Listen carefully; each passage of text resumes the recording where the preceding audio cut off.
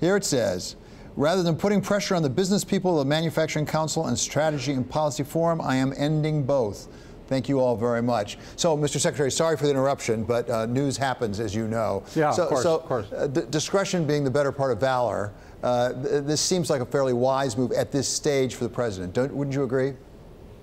Yeah, it strikes me as a bit of a preemptive strike because the writing is on the wall, and even CEOs who have stayed so far will probably have to leave because the pressure will mount.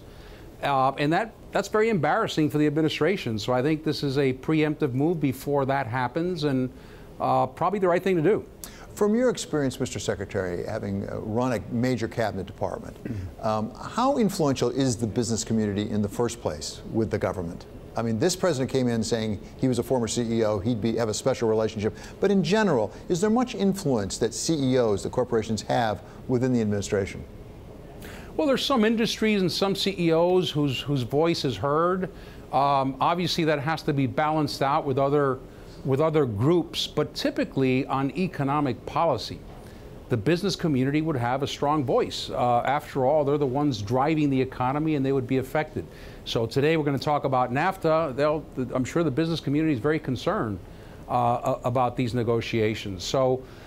You know, to start with, the president's agenda wasn't always pro-business. You know, he talked about tax reform. Business loves that, but not immigration.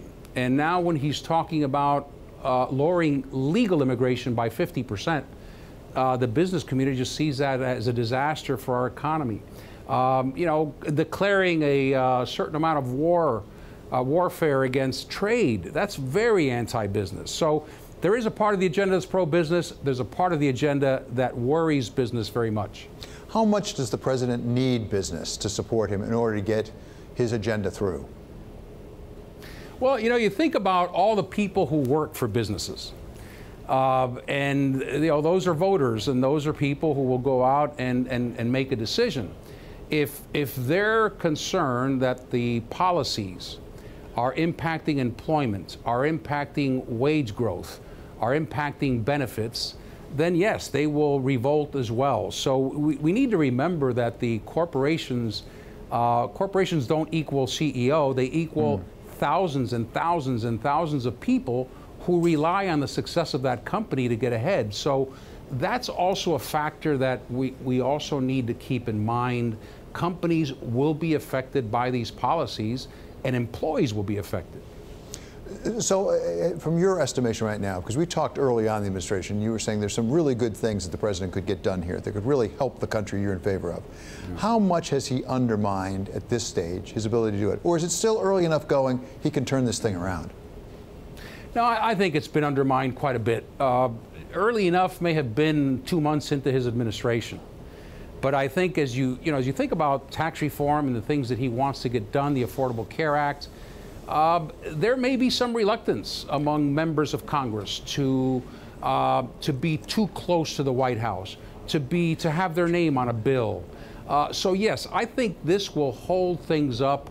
And again, the more this stays alive, the more it will take up the time with Congress, with the media, in the administration, instead of focusing on the real hard work, which is tax reform. This is not going to be easy.